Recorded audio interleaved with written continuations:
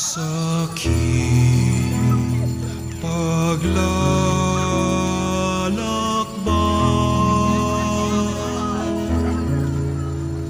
sa bundok ng buhay, sa ligaya't lumbay, maging talang